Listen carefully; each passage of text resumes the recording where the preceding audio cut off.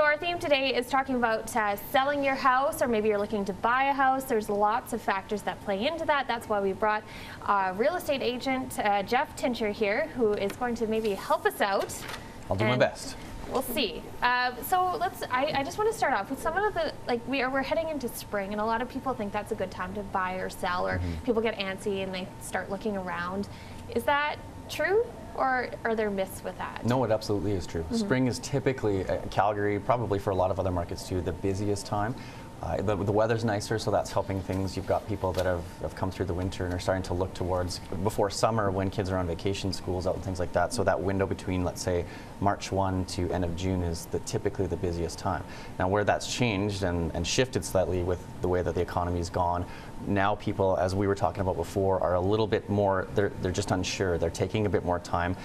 Is it a buyer's market? Depends on who you talk to, but buyers are definitely being more picky, and they're taking longer, and if the right property's there, they'll move, but they're way more calculated right now.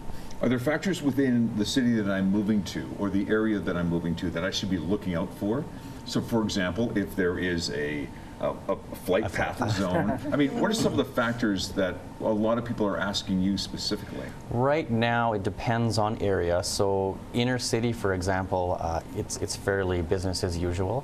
The price points are higher, so that you're getting into a different ball game there. But if right now the biggest thing, so for example, if you head out to the southeast in areas like Mahogany, which is really catching on right now, Auburn Bay, the lake communities, so the people that know that those amenities are there or will be there, that's a big factor.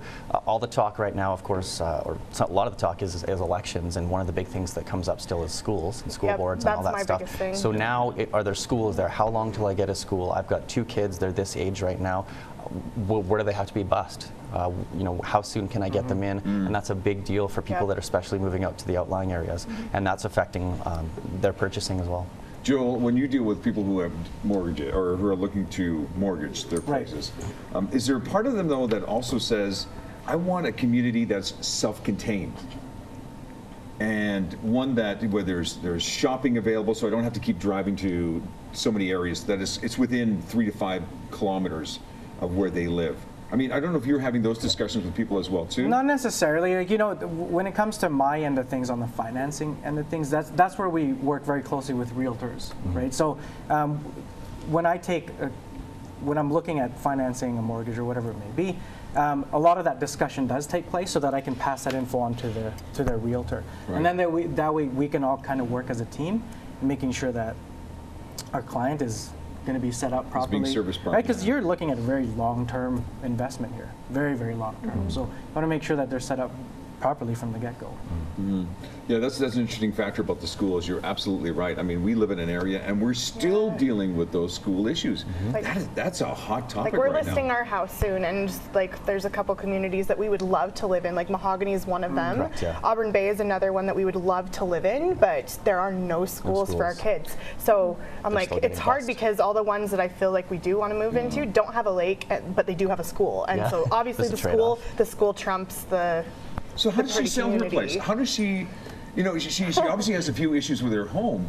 What would you say as a realtor? Because you want to find those positives. Well, issues in terms of there's no lake or there's no school. Is that what you're asking? Or so let's say here Bree's looking to sell a house, and she's got a few negatives with where she currently is. Let's say a few negatives. But it depends on who you are, is what the negatives are, right? Like if you don't have kids, it doesn't matter. So for example, with schools, if you know that there's no school there now, but in hopefully 2 to 3 years there's going to be one. Your children are between 2 and 4, or 1 and 3. So younger families will move there. Yeah, those are the buyers. The opposite would be, of course, if you've got kids who are in grade 1, 2, 3, and you're sort of moving areas or something, then it's going to be a little bit of a trade. Are you finding pockets then of you're going to see a lot of young families in this area? Absolutely. Because is that maybe I'm going too deep into it, but is that going to be like a society problem soon in that area if we're not having enough diversification? I don't think it's that. It's just the way things are going. The city's expanded so fast in a relatively short amount of time. And on the flip side, what I've noticed is where they've taken schools out of areas over the years, or you have an area that's very established that has the schools and everything that everybody wants to be in. And so there's even a waiting list in some areas, even if you move into it, to get into the school system. To get into Sundance. So that becomes, of course, a frustration point for people too. Right.